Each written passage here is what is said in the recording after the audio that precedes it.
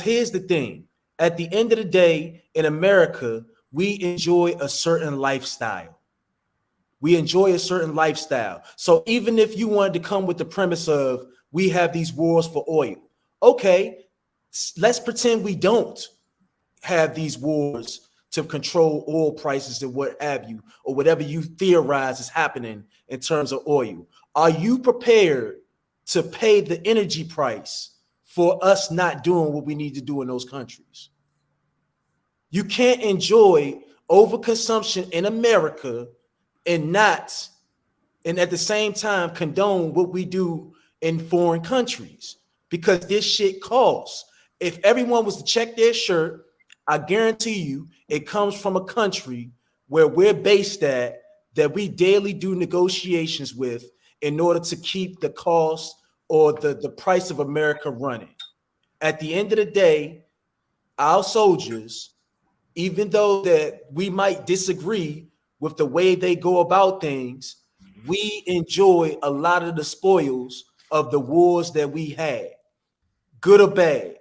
And the people who want to protest wars and all of these things need to also understand you need to be the same one that's ready to pay the price for if we don't engage in these things. So when you have to pay more for your clothes, when you have to pay more for your energy, when you have to pay more for everything, stand on that.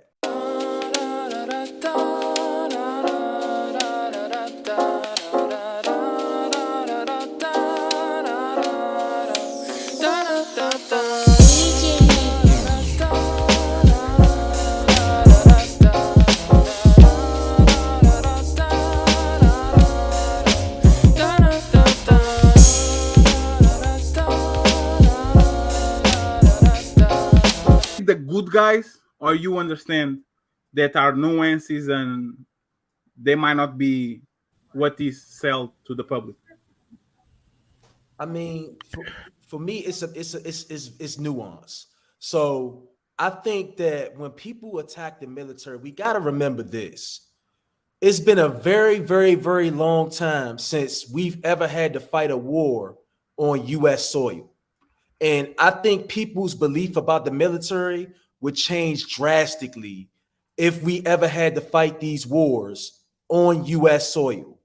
Because when you talk, like, the people, you don't get a real appreciation for what the military does when you start to look at countries that have to fight wars on their own territory. That's when you really get an appreciation for what war is and what these soldiers sacrifice. See, we just get to turn on the TV and see shit and get to sit back and theorize about it. But in these countries where these people fight these wars in their own country, they look outside and see buildings destroyed and they see their people going out there dying. It's a different kind of respect that we should have for those people making that sacrifice. Because again, the average American will never, well, I'm not going to say never because I can't say never anymore. But if you don't know what you don't know, there hasn't been a war fought in America since the 1800s. So we speak about the military in sort of like a Monday morning quarterback sense, where we get to kick our feet up and just look at the TV and see it. So of course we can have an opinion on what's good or what's bad because we don't engage in war, versus these other countries who see the destruction of war and they see what their military does in real time. Like a person in Ukraine don't get to talk spicy about their military because they're seeing war firsthand. Versus us, we get to kick back and be lazy and watch the shit on the TV and get to have these stupid ass opinions about shit that we don't engage in. There's a good point. What's up, Sophisticated? Oh, doing all right. So I was watching a live earlier, and I am a military guy. You know, I was also a hired gun. Hey, appreciate it. Thank you.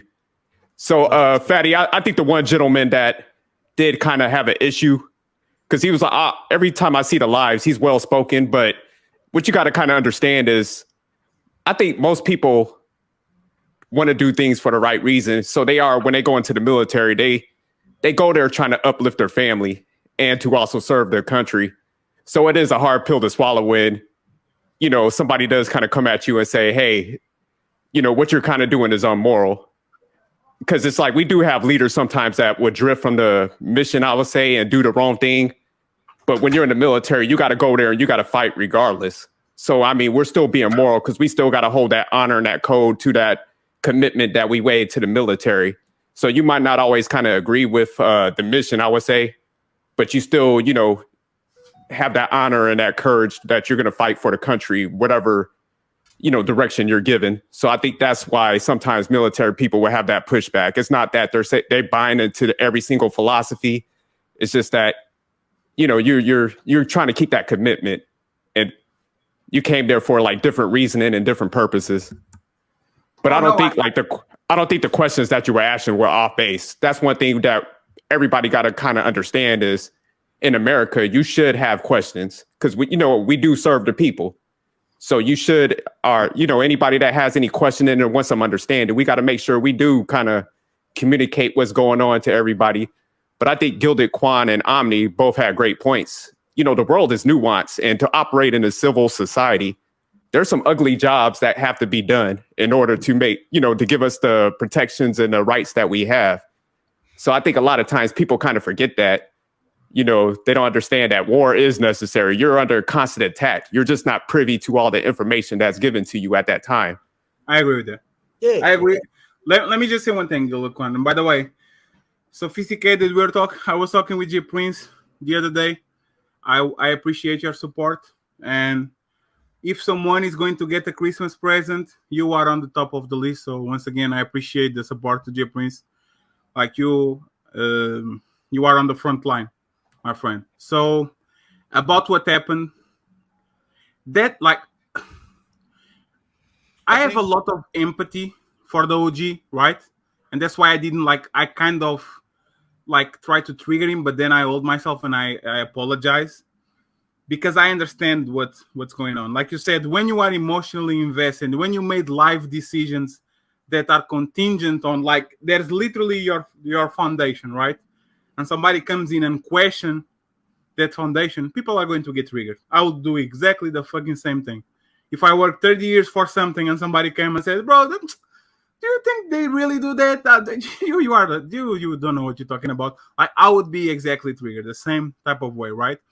But the thing that to me is like a contradiction and a hypocrisy is that, for example, the military guys, and I think you were on the military too, right? Yeah. So the hypocrisy to me is the first thing, like usually guys in the military say is, I fought for your freedom to say whatever you want to say. But then we come to these panels, and the same people that usually say, I fought for your freedom to say whatever you want to say, as soon as you question them, oh, you don't know what you're talking about. You shouldn't say that. You shouldn't say this. You shouldn't say. So, you become, okay, I get it that you are emotionally invested into what you're talking about. I get the emotional response, but it should be okay for me to ask questions. Because we unfortunately look at the military as we look at sport teams. I'm the Lakers, you're the Celtics, I'm the good guy, you're the bad guy. I will fuck you up because I have the moral high ground, and Magic is better than Bird, so I don't give a fuck about whoever supports Larry Bird because Magic is the best, right? But unfortunately, like everyone on this panel said, life is nuanced. Life is nuanced. Sometimes we do good things, sometimes we do bad things, but we have to question ourselves to understand what are we talking about and what are we doing. And one thing that I notice a lot of on the military side of is that it's not that they don't understand what's going on, because I think they are even way better informed than us. I think they go to the ignorance is a bliss type of way, right? Oh, what I don't know, don't hurt me. Let me turn the other side. I don't want to look at that because it's kind of dirty, and I want to keep and maintain my mental health. So that was my point. I didn't try to question, because again, like the OG, like is one of the calmest people on this place by far. Illuminated by far. And when I saw him scream, I was like, either I did something wrong and I will have to look at the tape to see what I said, or either like he's so invested on that he's kind of had like an emotional response about it. So I have to look at the video first and see what I said, and then I will have like a honest assessment about it, because I'm open to be wrong. All of what I said, I'm very fucking open to be wrong. I have no problem with that. But honestly, I think I was half wrong at best, at most, let's say. And let me address this real quick, because you got a lot of people that come and they're like, oh, we have wars for oil, or we have wars for, it's like, you can't talk out of both sides of your ass on this in this conversation. Because here's the thing, at the end of the day, in America, we enjoy a certain lifestyle.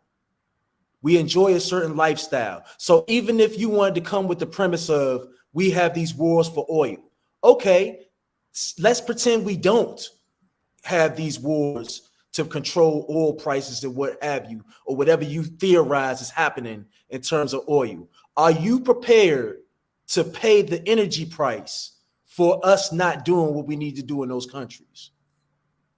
You can't enjoy overconsumption in America and at the same time condone what we do in foreign countries, because this shit costs. If everyone was to check their shirt, I guarantee you it comes from a country where we're based at, that we daily do negotiations with in order to keep the cost or the price of America running. At the end of the day, our soldiers, even though that we might disagree with the way they go about things, we enjoy a lot of the spoils of the wars that we had, good or bad. And the people who want to protest wars and all of these things need to also understand you need to be the same one that's ready to pay the price for if we don't engage in these things. So when you have to pay more for your clothes, when you have to pay more for your energy, when you have to pay more for everything, stand on that. Because a lot of the times you say, oh, it's all about, oh, okay, be the person who pays the repercussions for having higher oil prices. Can I ask you a question, Quan, before Sophistic? I know that Sophisticated want to jump in. Let me just ask you a question. If I pay out all the bills, right? Mm-hmm. Pay all the bills, take care of the kids, do everything. But then I come home and I start screaming at my kids because the Lakers lost, right? I have a bad attitude because Westbrook turned over the ball 7 times, and now I'm discharging like this shit on my wife, right?